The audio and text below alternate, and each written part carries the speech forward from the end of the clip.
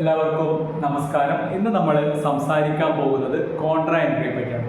എന്താണ് contra entry നമുക്ക് നോക്കാം. കോൺട്രാ എൻട്രി എന്ന് പറഞ്ഞാൽ fund flow from bank to bank, cash to bank, bank to cash, cash to cash. അതായത് ബാങ്കിൽ നിന്ന് എനിക്കിപ്പം SBI അക്കൗണ്ട് ഉണ്ട്, SBIന്ന് ഞാൻ കനറ ബാങ്ക് അക്കൗണ്ട് ഉണ്ടെങ്കിൽ SBIന്ന് കനറ ബാങ്ക് അക്കൗണ്ടിലേക്ക് ഞാൻ ട്രാൻസ്ഫർ ചെയ്യുന്നതിനെയാണ് ബാങ്ക് ടു ബാങ്ക് എന്ന് പറയുന്നത്. അത് രണ്ടും എൻ്റെ അക്കൗണ്ട് തന്നെയാണ്, ഞാൻ ഒരു ബാങ്കിൽ നിന്ന് മറ്റേ ബാങ്കിലേക്ക് ട്രാൻസ്ഫർ ചെയ്യുന്നു. അതിനെയാണ് നമ്മൾ ബാങ്ക് ടു ബാങ്ക് എന്ന് പറയുന്നത്. ഇനി അടുത്തത് ക്യാഷ് ടു ബാങ്ക് എന്നുള്ളതാണ്. അത് ഞാൻ ബാങ്കിലേക്ക് ക്യാഷ് ഡെപ്പോസിറ്റ് ചെയ്യുന്നത്.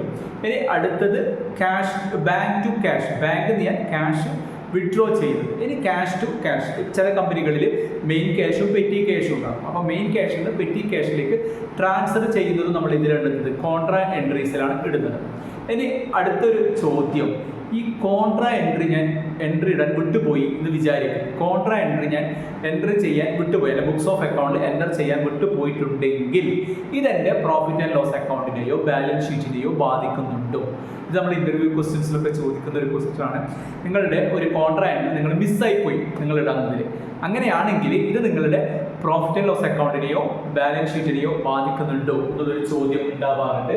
അപ്പോൾ തീർച്ചയായിട്ടും നമ്മൾ പറഞ്ഞു bank to bank, cash to bank, bank to cash, cash to cash എന്നുള്ളതാണ് കോൺട്രാ എൻട്രിയിൽ വരുന്നത്, നമുക്കറിയാം.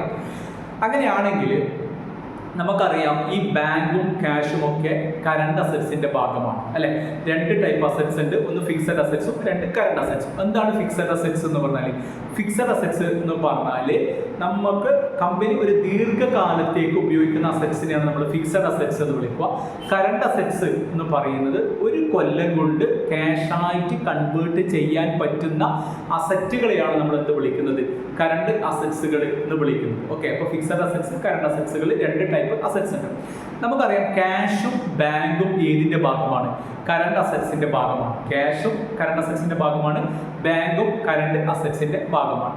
അപ്പോൾ ഞാൻ ഒരു 5,000 റുപ്പീസ് ഞാൻ എന്ത് ചെയ്യുന്നു? ക്യാഷ് എന്ന് ബാങ്കിലേക്ക്, ക്യാഷ് എൻ്റെ കയ്യിലുള്ള ക്യാഷ് ഞാൻ എന്ത് ബാങ്കിലേക്ക് ഡെപ്പോസിറ്റ് ചെയ്യുന്നു എന്ന് വിചാരിക്കുക. അങ്ങനെയാണെങ്കിൽ എന്ത് എൻട്രിയാണ് നമ്മൾ പാസ് ചെയ്യുക? നമുക്കറിയാം അസറ്റ് ക്യാഷ് ബാങ്കിലേക്ക് നമ്മൾ ഡെപ്പോസിറ്റ് ചെയ്യുമ്പോൾ ബാങ്കിൻ്റെ ബാലൻസ് കൂടുകയും ക്യാഷിൻ്റെ ബാലൻസ് കുറയുകയാണ് ചെയ്യാം, അല്ലേ?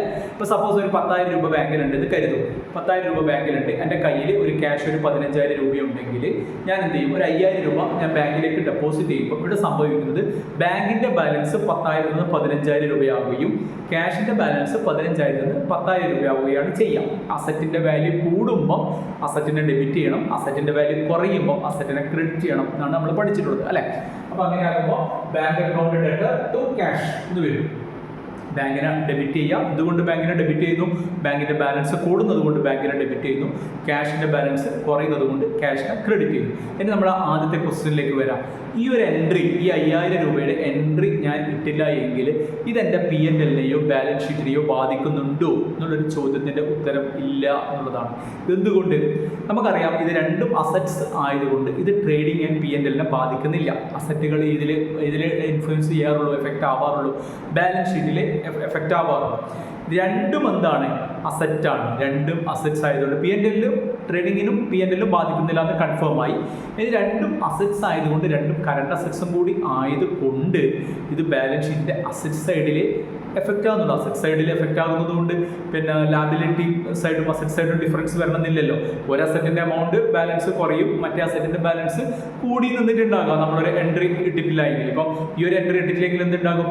ക്യാഷിന് അണ്ടർ കറണ്ട് അസറ്റ്സിൽ ക്യാഷിൻ്റെ ബാലൻസ് ഇപ്പോഴും 15,000 തന്നെ ഉണ്ടാകും, ബാങ്കിൻ്റെ ബാലൻസ് 10,000 രൂപ തന്നെ ഉണ്ടാകും. അപ്പോൾ ഒരിക്കലും എന്താവുന്നില്ല, സംഭവിക്കുന്നില്ല, ബാലൻസ് ഷീറ്റ് ടാലിയാകാതിരിക്കുകയോ ഇനി ക്യാഷിൻ്റെ പിന്നെ P&Lോ ട്രേഡിംഗ് അക്കൗണ്ടോ ഒന്നും ടാലിയാകാതിരിക്കുന്നില്ല. ഏതിനെ ബാധിക്കും? ഇത് ബാങ്ക് റീകൺസിലേഷനെ ബാധിക്കും എന്നുള്ളതാണ്. ബാങ്ക് റീകൺസിലേഷനെ പറ്റി നമുക്ക് അടുത്ത വീഡിയോയിൽ വിശദമായി ഡിസ്കസ് ചെയ്യാം. അപ്പോൾ ഒരുപാട് നന്ദി. ചാനൽ സബ്സ്ക്രൈബ് ചെയ്തിട്ടില്ലെങ്കിൽ തീർച്ചയായും സബ്സ്ക്രൈബ് ചെയ്യുക. ഒരുപാട് നന്ദി. Thank you very much.